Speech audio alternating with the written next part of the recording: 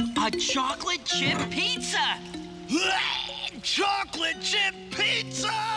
Hello and welcome back to Kirk Kooks. It's Pizza Wednesday. So this pizza is from episode 58. The gang's all here.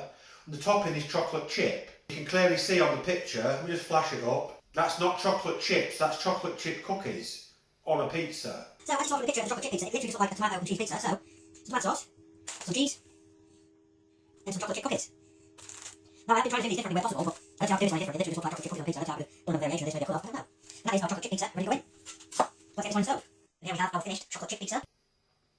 Try a little bit more. It literally tastes like exactly what it is.